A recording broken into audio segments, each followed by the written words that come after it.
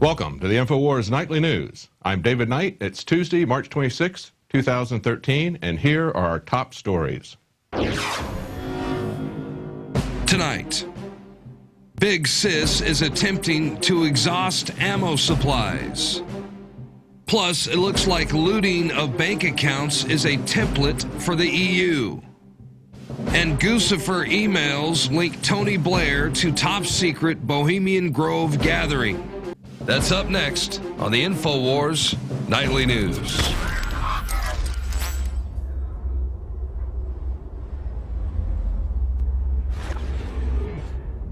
Well, the massive buildup by Homeland Security of ammunition is a story that just keeps going. Today, a weapons manufacturer on the Savage Nation radio show, who described himself as a defense contractor and licensed weapons manufacturer, said the goal was to control the amount of ammo that's available on the commercial market at any one time by forcing manufacturers to hold back stock. He also noted that the State Department and the ATF were making it harder to import ammunition from overseas. And here's the most interesting thing. He says the deals that DHS is agreeing with manufacturers are based on have indefinite delivery and indefinite quantity, allowing the feds to monopolize the market on ammo by preventing companies from selling the bullets to the commercial market. Now, this is essentially taking an option and tying up the stock. And if you look at what he's talking about with the import controls, this is yet another way, and this also ties in with the UN Arms Trade Treaty, which is now underway again, something that has been on the horizon for several years now.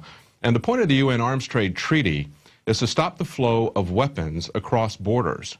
And that's not only large-scale weapons, but small arms, and definitely ammunition. Your arms are no good if you don't have any ammunition. And if you look at what's happened with the Obama administration, going back to the very early days of the administration, they even stopped the resale of used brass, crushing it into scrap metal. Now, when that started in 2009, some senators got that reinstated, and all of the forts were supposed to do that, but we know of at least one fort, it broke at the end of 2012, Fort Drum in New York, is still paying extra to crush the brass and then sell it at a much lower rate to the Chinese as scrap metal rather than recycling it through and giving it to the ammunition market. But this is something that they've tried to defend this with 3 different ways. They've said that it's not real. Well, these are real purchases. We linked to it on our articles as we broke the story, as Paul Joseph Watson found this in the federal websites for RFPs. He showed the actual requests for purchases, so people can see those themselves by following the links. They also said that this is a small quantity of bullets, and it doesn't really matter. It's just for target practice. Well, this is not the quantity of bullets that you'd be using for target practice, and they're not the type of bullets that would be used for target practice. These are hollow point bullets, and they cost 2 to 4 times as much as full metal jackets, and you don't target practice with these. As a matter of fact, you don't use them in the military because they're outlawed by Geneva Convention. They're just used by governments against their own people. And the last thing they said was, well, we're doing this, buying this in bulk in order to save money. Well, the quantities that they're looking at, if they are saying that they're using it for target practice, it would be roughly equivalent to about 100 years' supply. You don't buy that much at one time to save money. And if you're looking at something to put down civil unrest, this is equivalent to 24 years of use during the peak year of the Iraq War. So there's some real questions here, and it's starting to build, not just with reports, but it's starting to build with congressional inquiry. First there was 1 congressman, then 2. Now it's up to 15 congressmen are asking questions like, what is this for? And even Forbes magazine has said we need to have a national dialogue to see what Homeland Security is up to.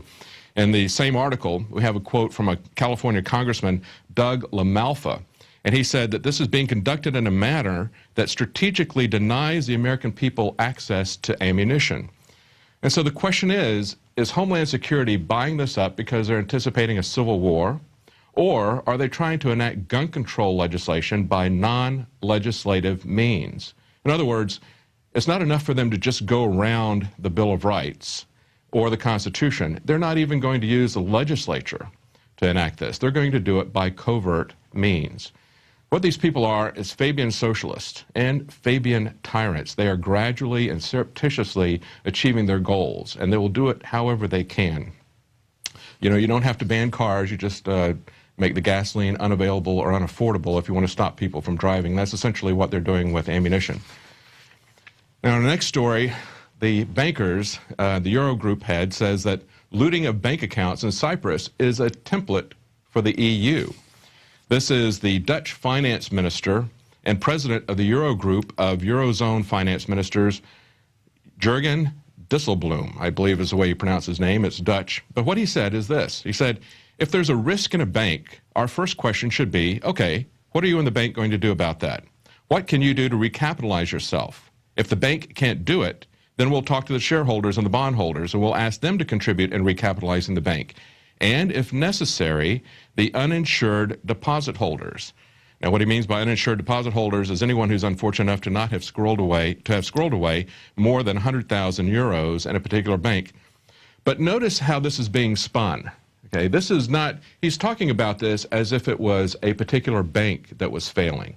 Now, if you had your money in a bank and you had more than the insured amount, of course you understand that that money is at risk, and stockholders and bondholders in a bank should be accepting that risk. But they're not. That's not what we saw in the United States. We saw the privatization of profits, and we saw the socialization of losses. And what he's talking about here in this bank situation is not money that is being taken because a bank failed.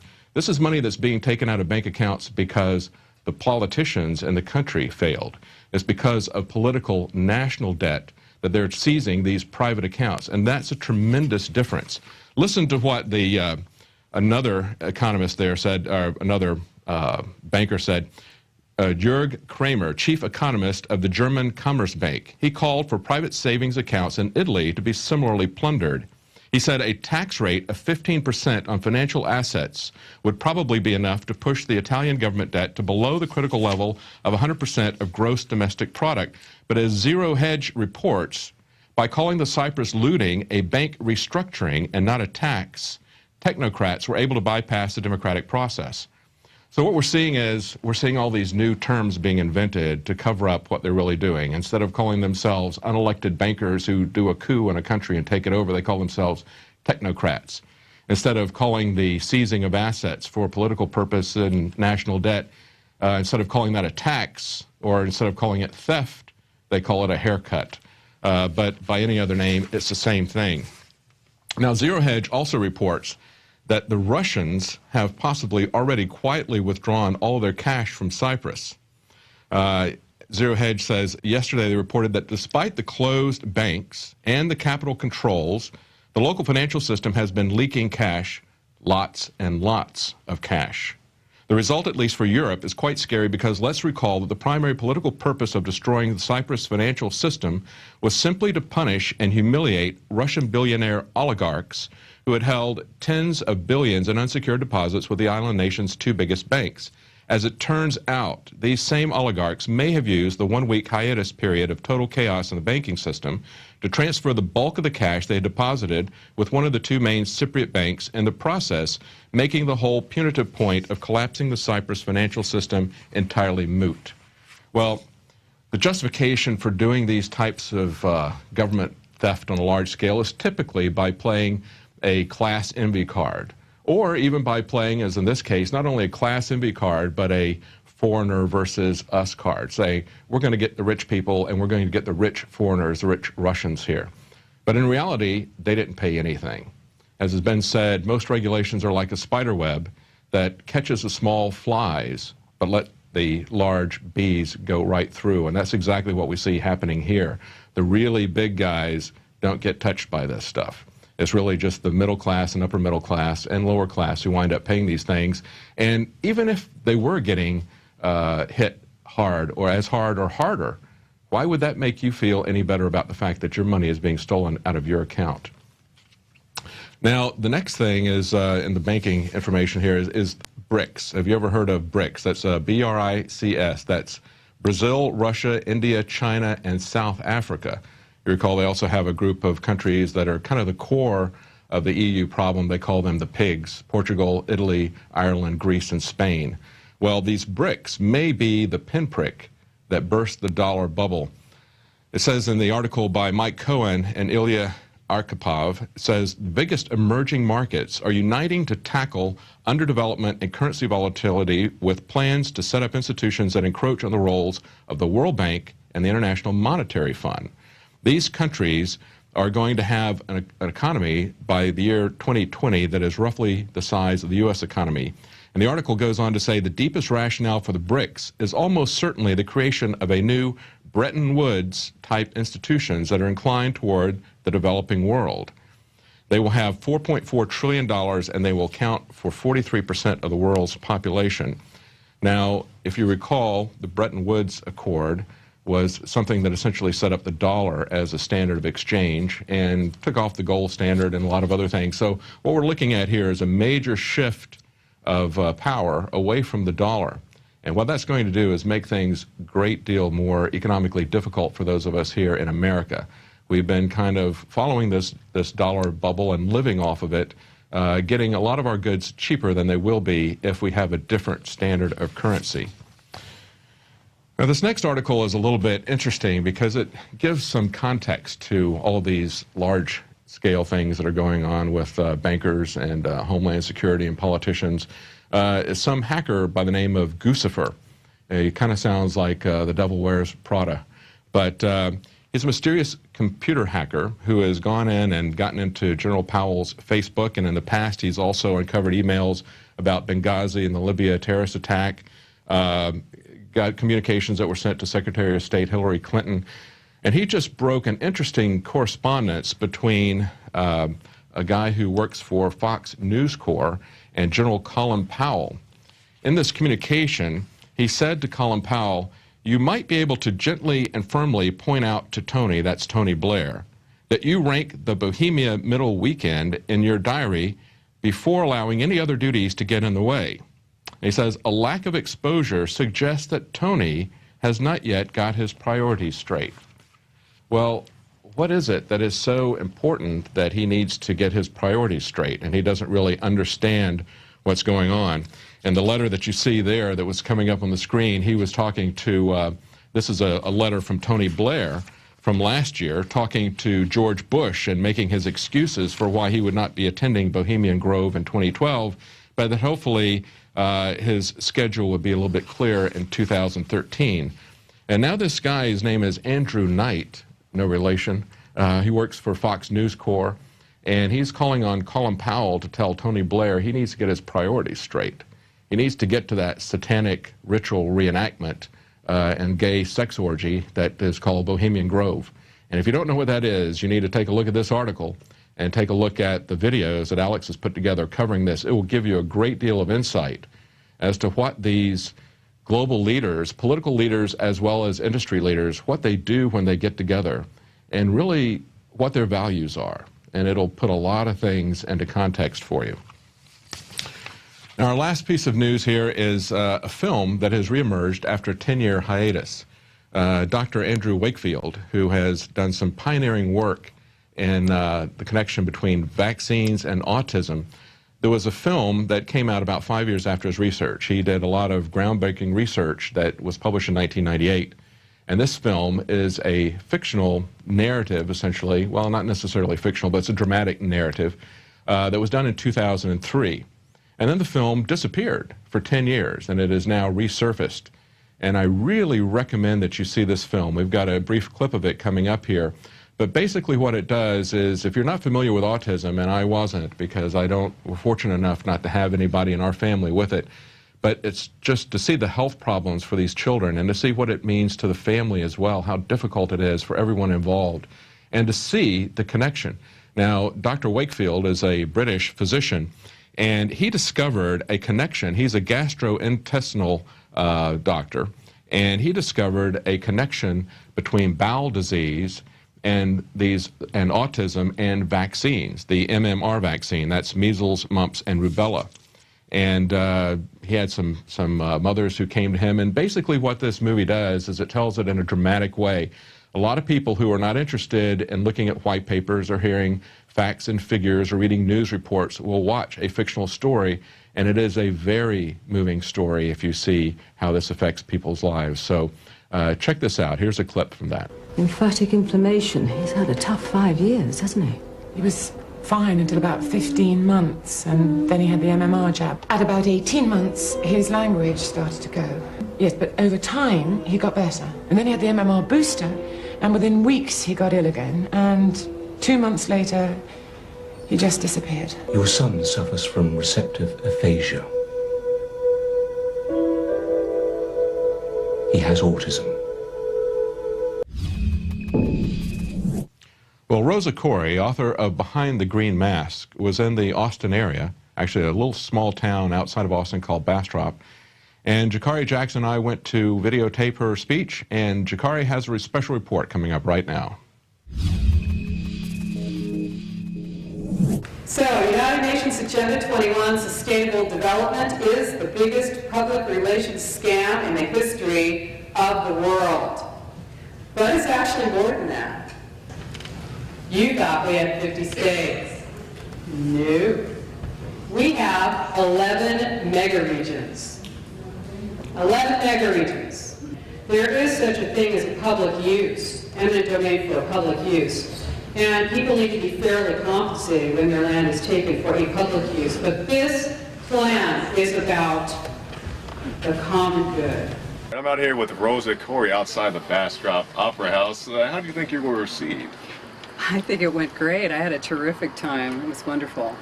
There was a moment in the Q&A session where somebody said, you know, I'm in sustainable development.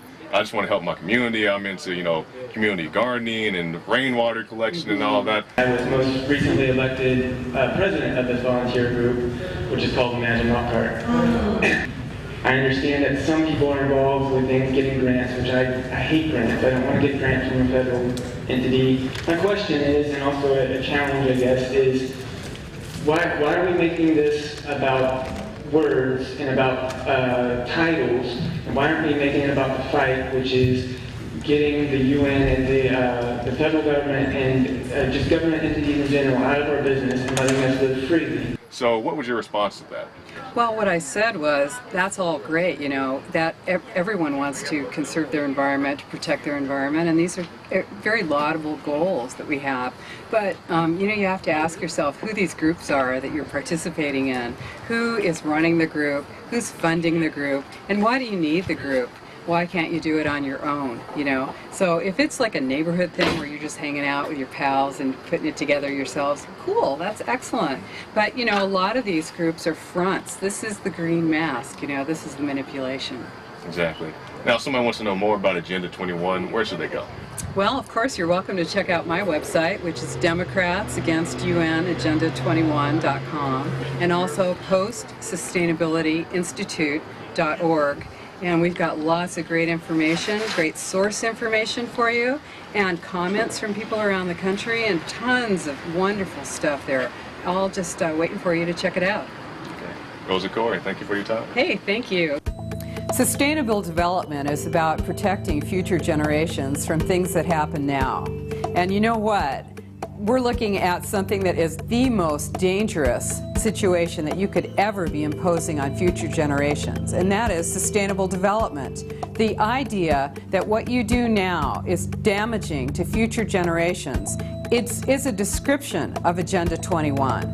Now, we all have to be working hard on this together because we're in the end game now. This plan has been going on for at least 20 years.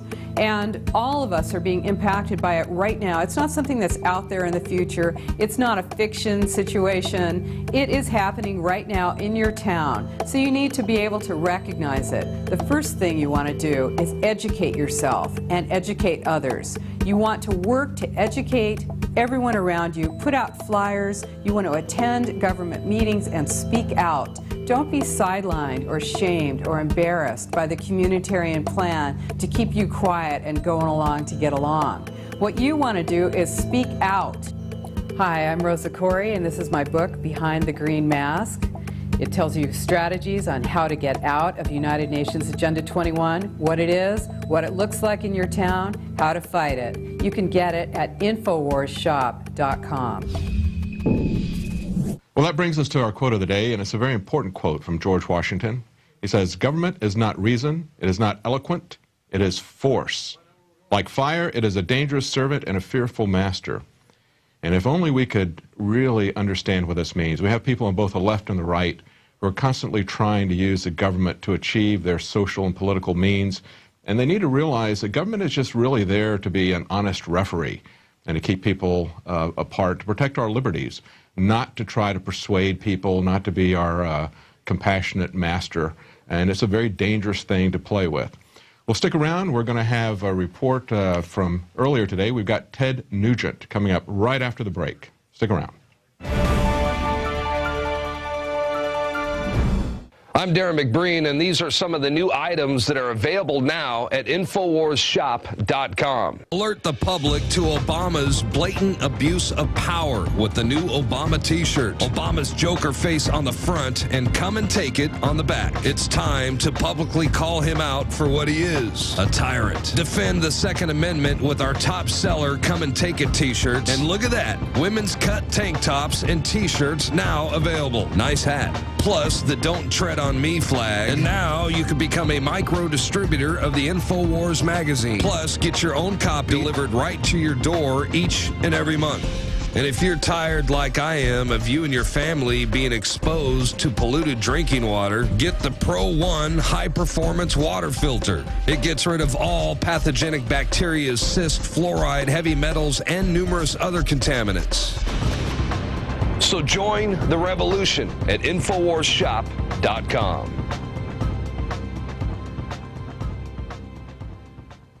Infowars magazine is more than just our answer to the internet kill switch.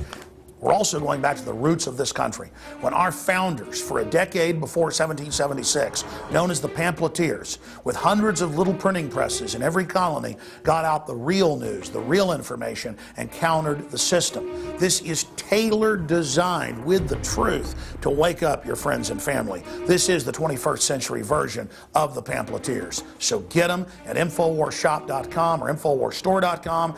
Sign up and buy them in bulk. Sign up and be a micro distributor for a full year to buy them in bulk and get one of the newsstands added, or sign up and get 12 issues delivered to your door, or give a gift subscription. Whatever you do, be part of the fight. And I want to salute and thank all of you that are subscribers and are getting the magazine in bulk, or who have ever come to InfoWarsStore.com and bought any of our products, because we are supported by patriots and liberty lovers like you. We couldn't do it without you.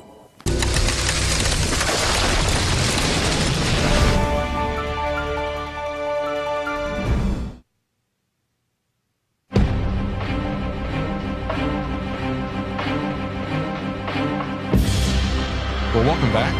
We've got a conversation coming up between Ted Nugent and Alex Jones that you're going to want to hear. And they talk about rugged individuals and the attempt by some Hollywood celebrities to try to convince us that we really shouldn't have guns, that guns are the root of all evil. And really to talk about the character assassination that Jim Carrey committed on, sorry. Let me try that one more time.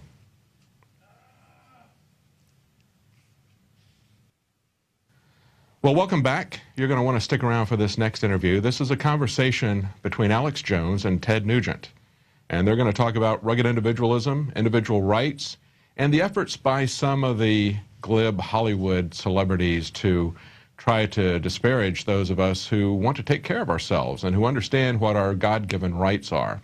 And in particular, attacking Charlton Heston and doing a character assassination on someone who's no longer with us, but whose shadow looms large over us to this day. Ted, you've got the floor, my friend. You've got the floor. Thank you for coming on, TedNugent.com. I know you're about to go on your Black Power tour, and but we appreciate you giving us time today. Sir, you've got the floor. Well, Alex, thank you for that. I appreciate it. But a salute back at you, because there's no question that the great American legend and icon, a true warrior, a true hero, Charlton Heston, deserves nothing but respect from thinking, caring, conscientious, educated people. But again, as we talked before about the gift from God that Piers Morgan represents, I mean, God literally sent Piers Morgan from England to try to debate the Second Amendment. So you literally couldn't come up with Alfred E. Newman versus an audition for One Flew Over the Cuckoo's Nest to come up with a better representative of a guy who hates freedom and hates the Second Amendment and hates Ted Nugent, Alex Jones, and hates the NRA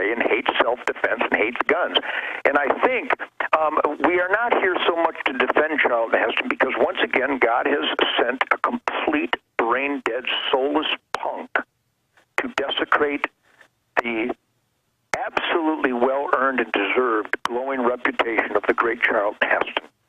And what Jim Carrey has done, and I've been all over, we have a talkback at tednugent.com, and we have thousands of people from all around the world that come to celebrate self-evident truth and common sense. You know, the same communication that you get, Alex, from people who understand, you know, history, the evidence that brought us to the greatest experience and the greatest quality of life in America.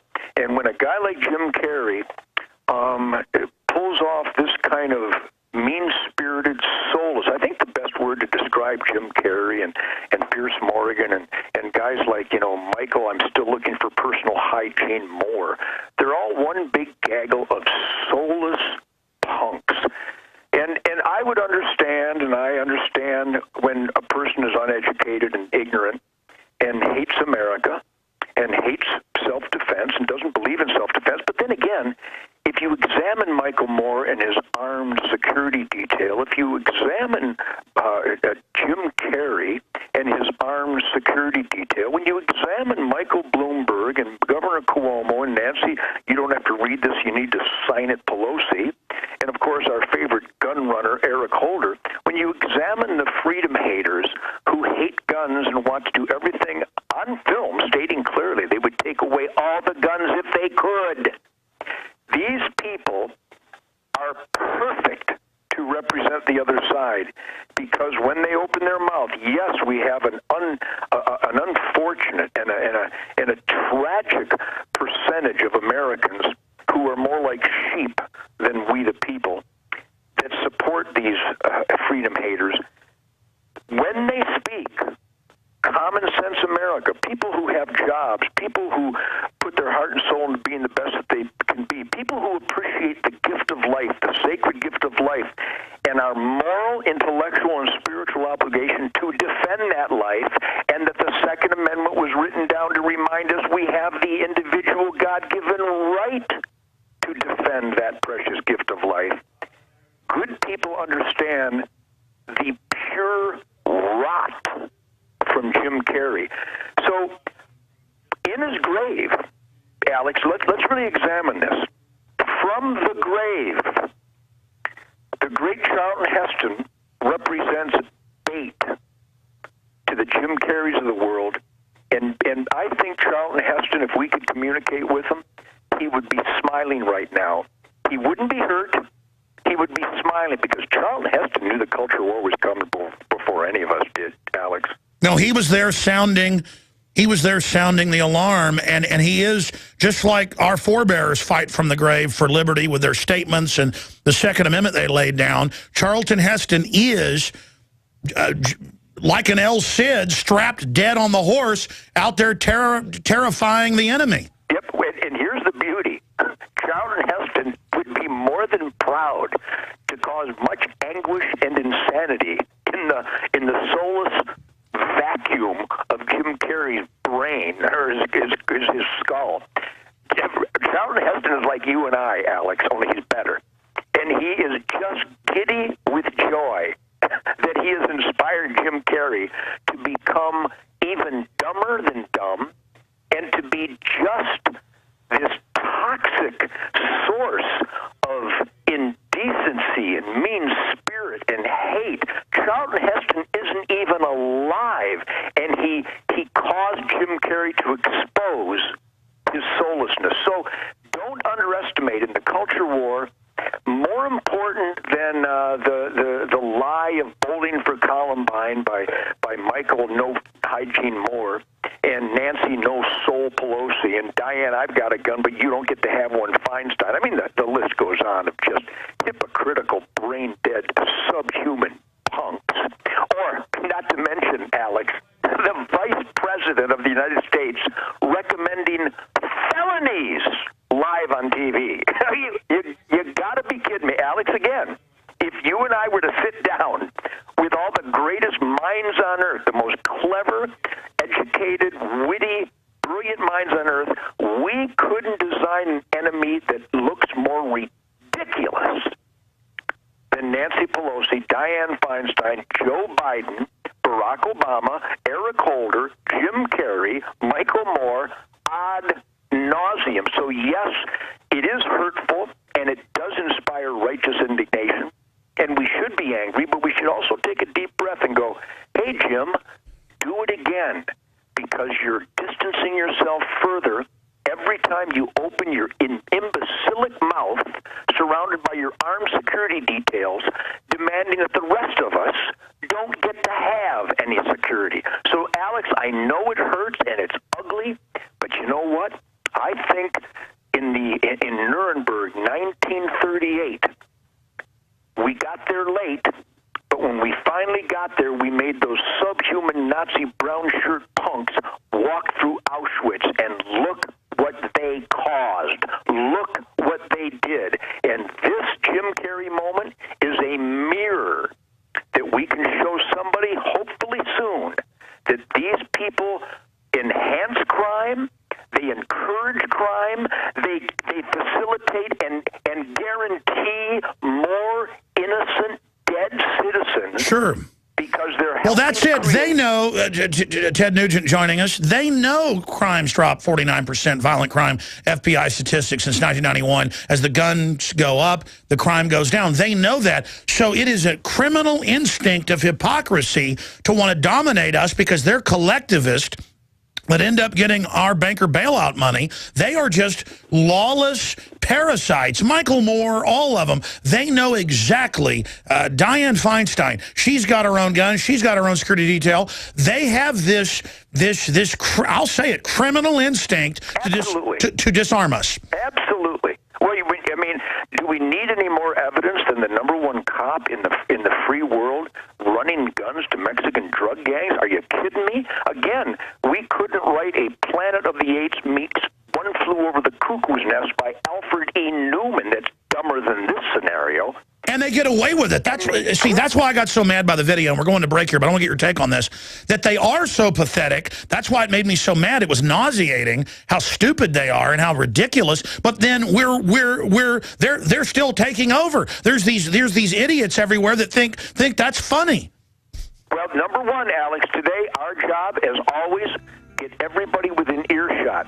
Join the NRA, increase your membership in the NRA, and here's the most important one. Give NRA memberships to everybody you know. There's certainly a birthday, a graduation, an anniversary. If we can go back to that phone conversation this morning, Ted, again, Ted Nugent with us right now, to the points you were making, because you were so focused. It was really focused anger, and you were talking about the fact this is a war. Because, I mean, these collectivists, they don't want to just get rid of the Second Amendment. They want to expunge everything. I mean, they are literally taking over. And the problem is so many of the Republicans are part of this as well. I think everybody who loves liberty needs to get really aggressive. So I think it's a change in our guts. And you talked about just knowing we're right, Ted Nugent. Well, again, you know, the term self-evident truth isn't shouted often enough from the mountaintops of our daily lives, Alex. So we salute you for doing that. And we salute everybody out there. And again, I constantly reference the curse of apathy, the self-inflicted suicide of disconnected sheep in America. But again, only the guilty need to feel guilty. Some guys go, well, I'm not a sheep, I'm involved. Well, then I'm not talking about you, pal. But we know sheep. We all have sheep in our lives. We know someone who shrugs their shoulder and goes, yeah, I believe in the Second Amendment, but there's no reason we should own a machine gun. You know what I mean? We need to take these people and fix them and get rid of the self-inflicted curse of apathy, because the term self-evident truth, what you rail about, the culture war in our face, the fact that a Chicago gangster, a manipulating acorn, communist hanging out with deceitful scam artist Barack Obama has weaseled his way into the White House, if that's not an indicator that too many Americans are sound asleep, then I really don't know what else I can tell you. But we know it to be true, but the answers are not mysterious. The remedy is not mysterious. This isn't rocket scientists. An experiment in self-government is in our guts. It's in our soul. It's the most powerful instinct to pursue your individual happiness, to know that God gave us each an individual right. As succinctly and eloquently, and for the first time in the history of mankind, in the U.S. Constitution, the Bill of Rights, the Declaration of Independence. My God, we've got to communicate with this to our elected officials. And again, I'm going to repeat this till I blow up. NRA memberships, there aren't enough of them. The most powerful sucker punch into the solar plexus of the Nancy Pelosi and Feinsteins and Michael Moore and Jim Carreys of the world is numbers. NRA memberships. Exactly. Just to back you up, Bloomberg has now raised $14 million off the dead kids at Sandy Hook, the victim disarmament zone that he helped nationwide set up. So if anybody's guilty, it's him. He's trying to collectively make us guilty. He raised $14 million to run around and pay off police chiefs and local governments to come out against guns. And we have to take it personal when these people do this. We have to give money to the NRA and Gun Owners of America and your state gun groups. Folks, you've got to give time, energy. You've got to support alternative media platforms, libertarian, true conservative. What about this? What about how Homeland Security is now buying billions of bullets, armored vehicles, and saying the #1 terror threat is gun owners, conservatives, libertarians? I mean, talk about Twilight Zone, outer limits. We now know that they are taking over Homeland Security as another branch of the military. It's become the 5th branch, trying to point it at us. The curse of apathy and the political correct scourge of denial. You mean what you just mentioned, Alex? I'm just a guitar player. I never went to college. I was too busy learning stuff. You know what I mean? Me too. I'm a pragmatist. I'm a utilitarian. I cut my own lawn. I change my own oil. I gut my own deer. I butcher my own carcasses. I breed my own wife, and I play my own music. I'm just an independent. I'm a throwback to rugged individualism. And again, I've been clean and sober for 64 years. And if you look at my family, if you look at my incredible wife, if people want to have the time of their life, I don't know what you do. Google Shemaine Nugent Zumba or my band, my crew, my kids, my brothers, my sister, my friends, my production, everybody around me. You are electrically alive, just breathing in life, and are successful and dynamic because you're tied in to your God-given instincts. And these collectivists are a bunch of sacks and piles of stinking dog crap. I'm sorry, that's what they are, and they want to make us like them. They're subhumans. I mean, literally, they're as evil gets. So we can sit here and go, so you're not aware, Mr. Neighbor, Mr. Coworker, someone at church and school, so you're not aware that the Homeland Security, the TSA, the DHA... Stay there. And it's time to really get in their face and stop being nice about it. I mean, Ted, I think it's time to go all the way. It's time to triple and re-quadruple down. They tell us be nice. That's the way to win arguments. This is our enemy telling us this. What do you say about really getting aggressive, then get into DHS, get into still touring, getting bigger every day, the wake-up that's happening?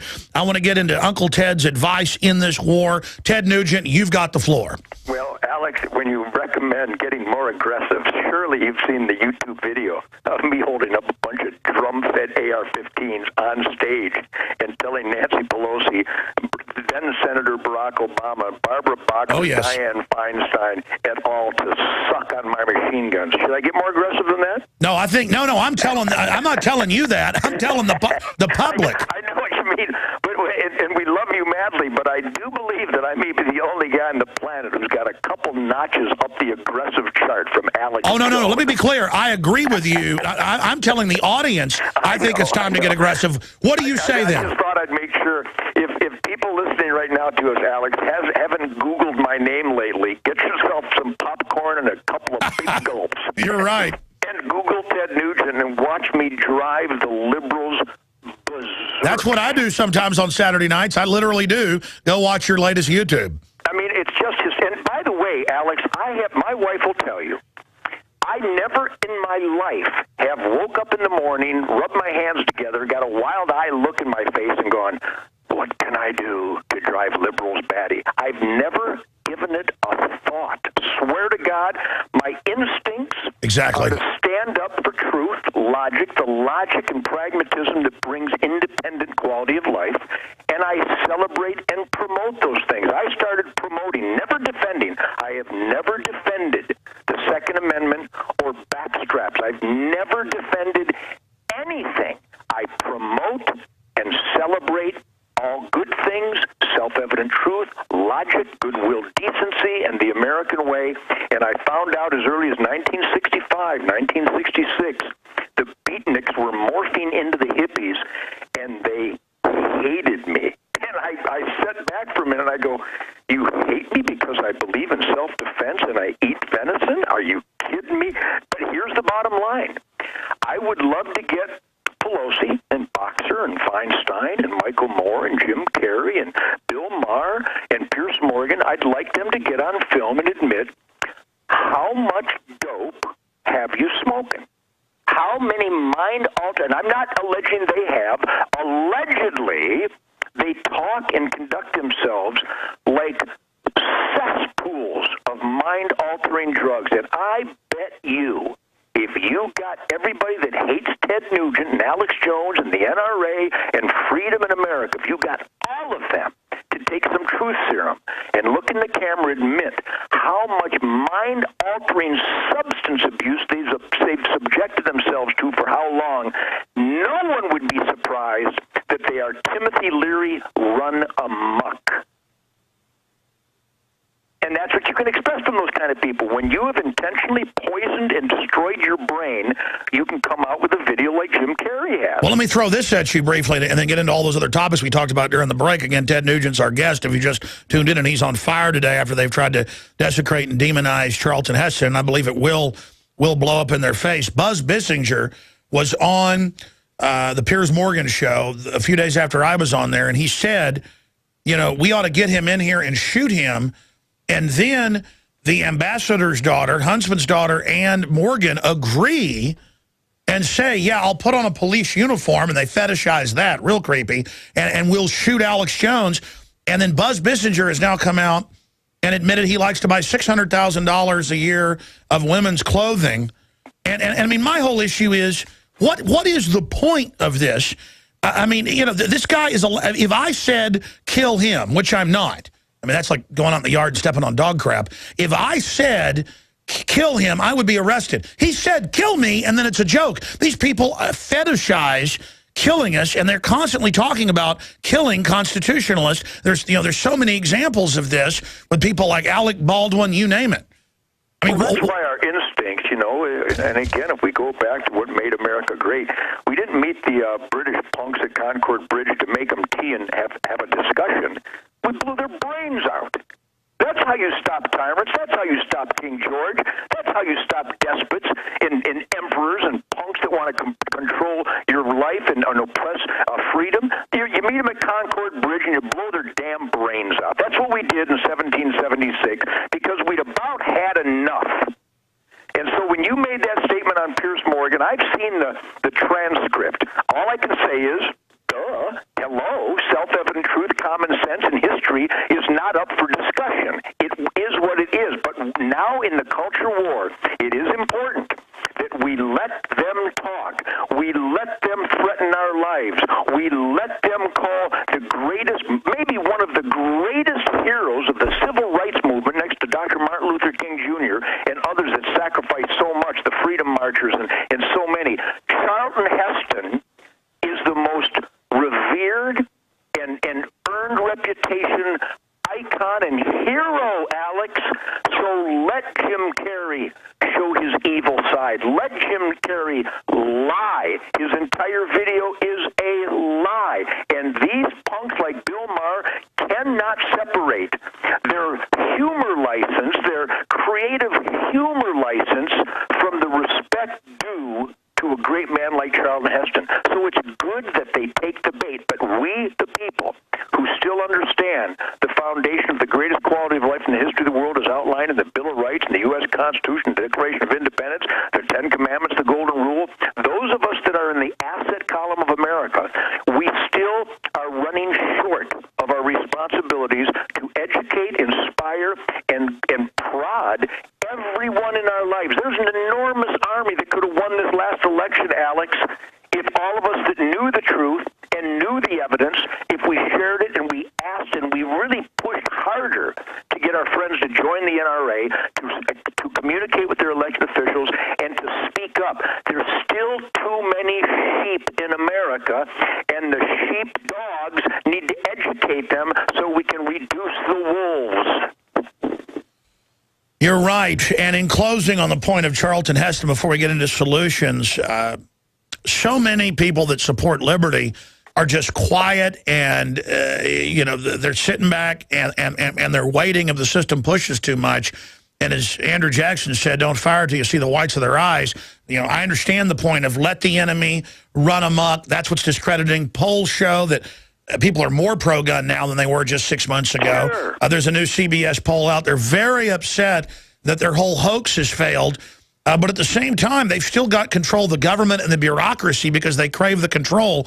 How do we really get on the offense as individuals? I say go to city councils. I say get in the face of police chiefs that are anti-gun. I mean, my own police chief in Austin says, you know, turn in your semi-autos, ban high-capacity clips, ban gun shows. You can't buy your son a gun. No private sales. You don't need a semi-auto to protect yourself. Well, then how about the Austin police, who I know most of them are good people? How about you turn in your semi-autos? What a load of bull. What do you say to that? Well, he's obviously the illegitimate stepchild of Ann Richards.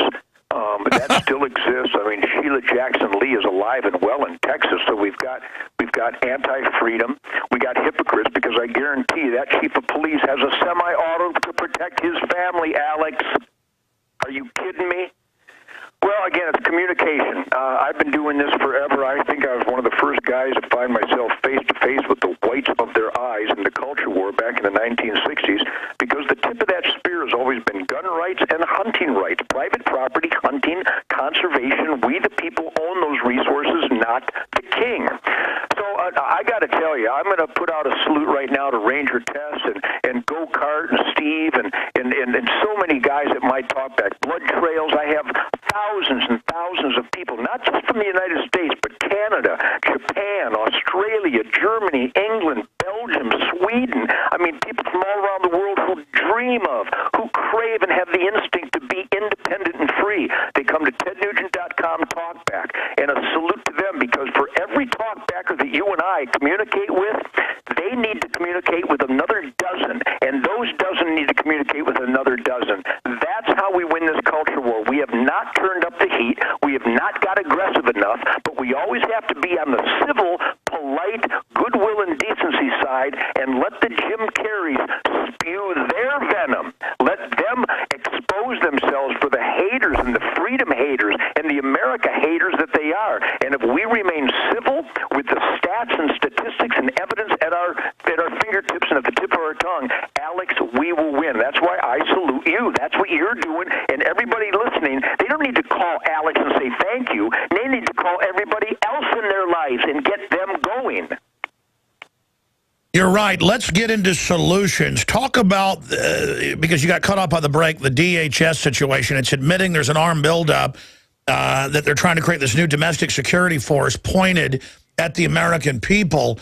But then I want to hear about the Delta Force and SEALs and people you know. You were telling me off air how incredibly awake they're getting. And then let's talk about solutions. The gun culture they're so afraid of that's spreading, going and literally getting somebody into guns, that one person after another. That's how we're truly going to win. And you see it happening all across this country. Yeah, it's like your chief of police in Austin, isn't it? Isn't that a heartbreaker? That a Texas law enforcement officer sides with Nancy Pelosi? I mean, are you kidding me? So what did he do? Pee at the wall of the Alamo like Ozzy Osbourne? I'm just heartbroken because I know a bunch of those Austin cops. But here's the final overview. I'm a lucky guy. I get to hang and barbecue and hunt and train with the greatest commando hero warriors that ever lived. I mean, I am so humble, I'm surprised I can even grovel at their feet. Delta Force, Navy SEALs, the Special Ops, the Army Rangers, SWAT commanders, and heroes of law enforcement and military all across this land. I held the hand of Sergeant Todd Balding, who happened to be from Austin, Alex. I held his hand over in Iraq. He took an RPG center mass. I'll try not to cry on your radio show here. If young black man, 22 years old. RPG center mass, Alex. It was still in his guts. I stood there in his blood, and I held his hand as he died. Wow. I don't need any more inspiration. He died because he swore an oath, Mr. Chief of Police, to enforce, abide by, and fight for, and die for the U.S. Constitution.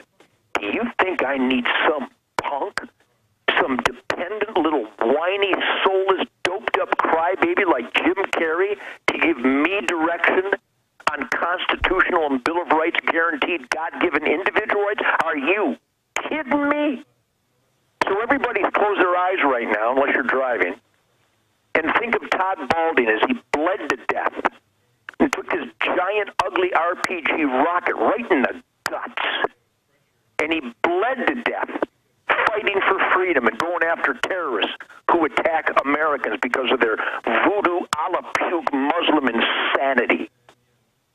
And if that's not worth inspiring you to join the NRA, to communicate with your elected officials and do your duty as we the people, then I don't think there's any hope for you, and you probably ought to just move to Canada. Well, it really is disgusting that these people parade around. In fact, since you mentioned that, and I want to talk about the tour and you know, the culture war, having fun, that is the way to defeat them. Obama says post-Assad Syria of Islamist extremism is nightmare scenario. Obama in Libya, in Syria, I'm not saying Gaddafi or the guy in Syria are good guys, but they weren't offensively doing anything. They're putting real al-Qaeda out of Saudi Arabia over there and are now talking about our troops having to go in after Assad falls to fight them. I mean, what is going on with Obama openly funding real al-Qaeda? I don't know if you've seen the videos of them chopping Christians' heads off in Syria. I can't even believe this. It's like some outer limits or some other dimension that it's in the news. Obama warns Syria could become enclave from extremism. Why is our government offensively with NATO now saying NATO is over our military? Our military spoken out against this, by the way. I'm sure you know that. Sure. What is going on with that? What are do you hear anything from your military sources about this craziness, the 10,000 missiles from Benghazi, why did they kill the ambassador? They stood down. My inside sources that are in Army intelligence say Obama wanted him dead. It was the Benghazi security force that was al-Qaeda that came over and killed him. I mean, it's just, what is going on with Obama? I mean, boy, where do you begin to answer that question? Here's a guy that was born to communists, raised by communists, educated by communists, preached to by America-hating communists. I mean, who hasn't studied where this acorn Chicago gangster scammer came from? But that's what I was talking about, the Department of Homeland Security, which, by the way, Alex, you're on the phone with the Czar of Homeland Security. My homeland is secure. Know that. But the domestic agencies, from the IRS to the U.S. Fish and Wildlife to the Bureau of Land Management, U.S. Forest Service, and DEA, and ATF, and FBI, and remember, a lot of those people, I still think the majority of those agents are great patriots and great men and women.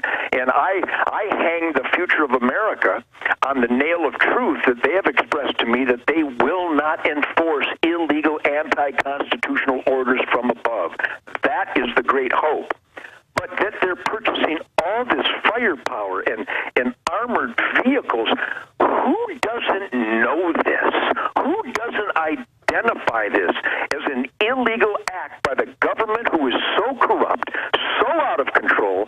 Thank God for Ted Cruz and Rand Paul and Ron Paul and Governor Perry and Greg Abbott and Steve Stockman and Bill Flores and so many patriots that are standing up but that's the new GOP that we the people have prodded with the We the People pulse.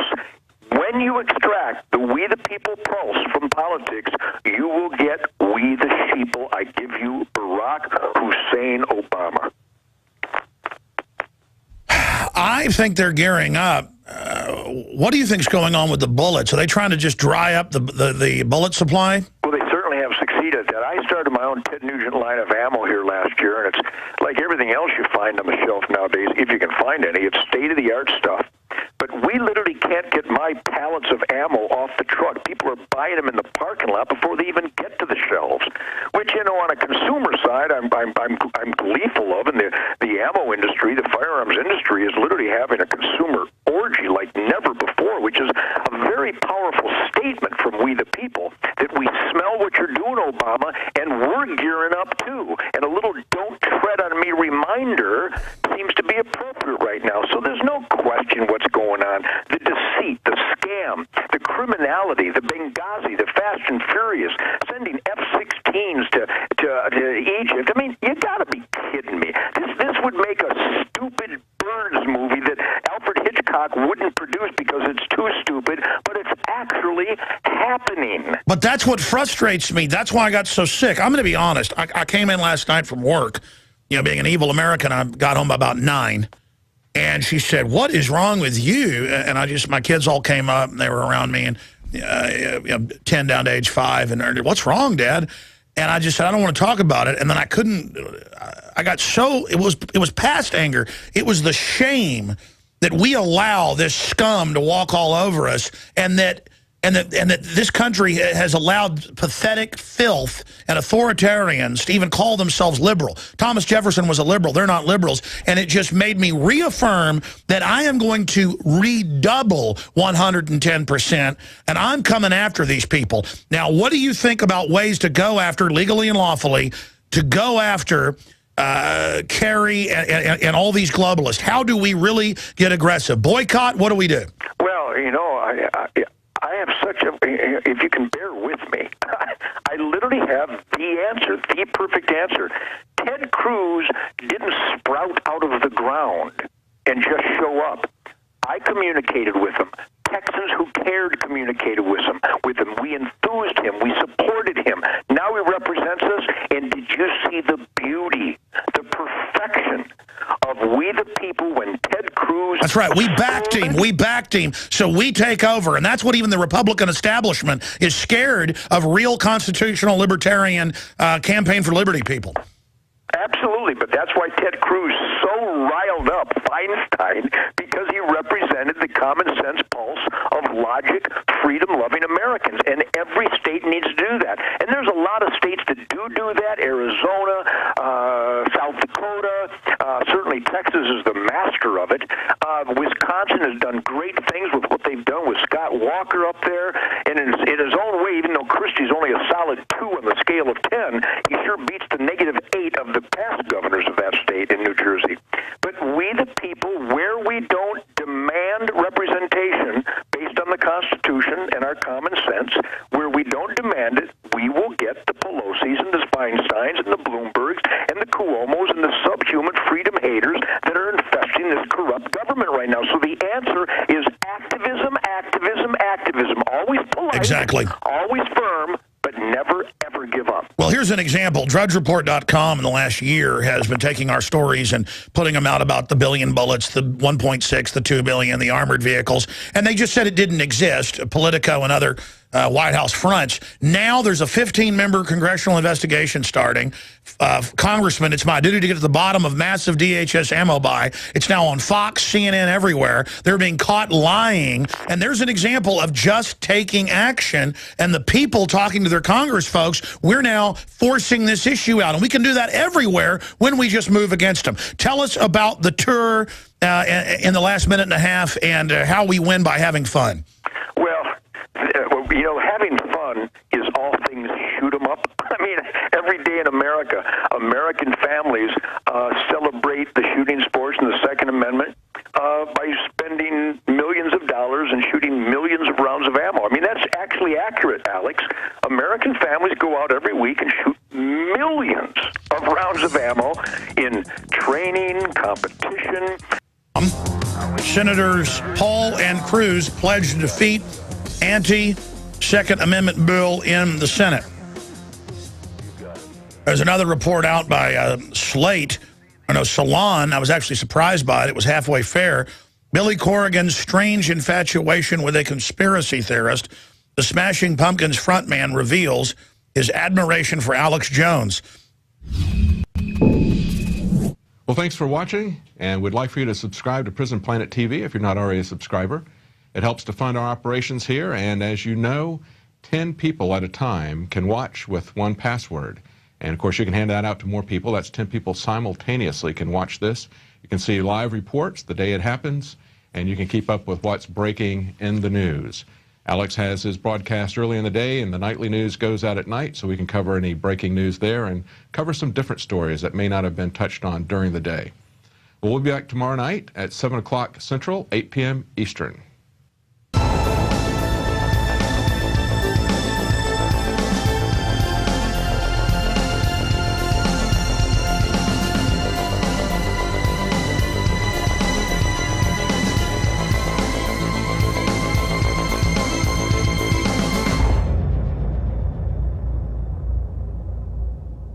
Real? Well, these are real purchases. We linked to it on our articles as we broke the story, as Paul Joseph Watson found this in the federal websites for RFPs. He showed the actual requests for purchases, so people can see those themselves by following the links.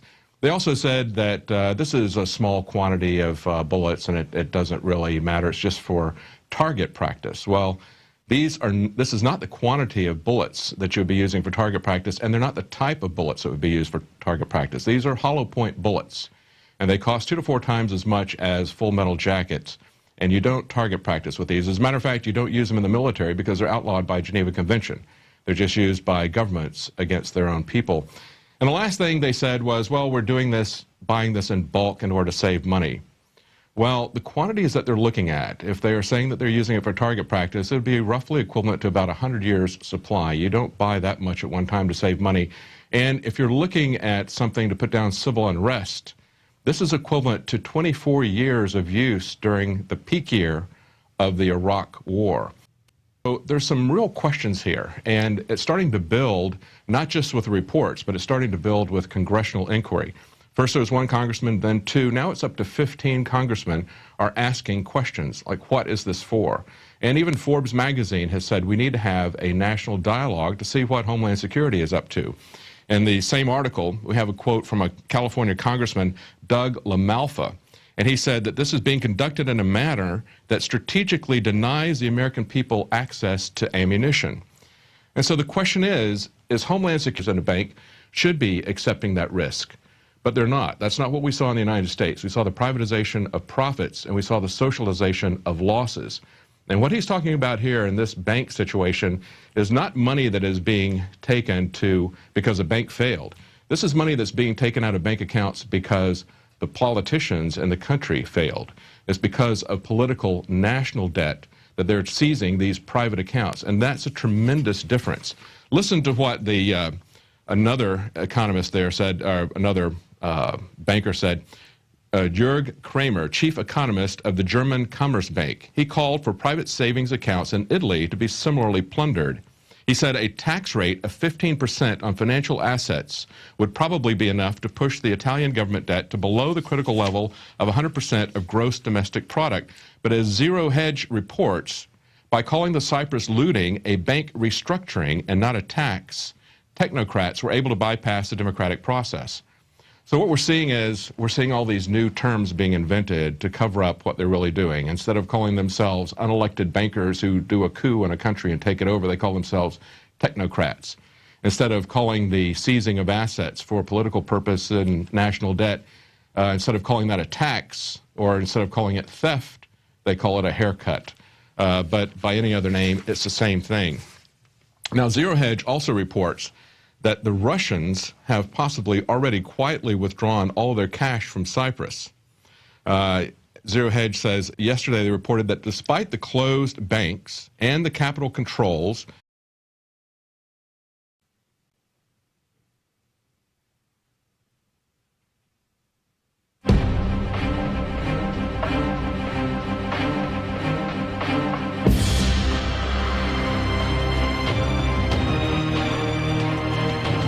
it's time for humanity to stand up in the Infowars. You want to fight? You better believe you've got one!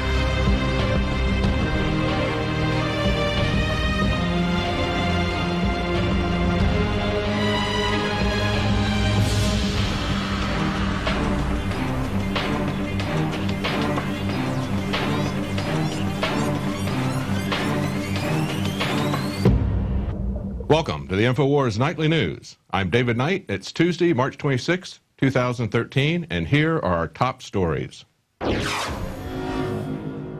Tonight, Big Sis is attempting to exhaust ammo supplies. Plus, it looks like looting of bank accounts is a template for the EU. And Guccifer emails link Tony Blair to top-secret Bohemian Grove gathering. That's up next on the Infowars Nightly News.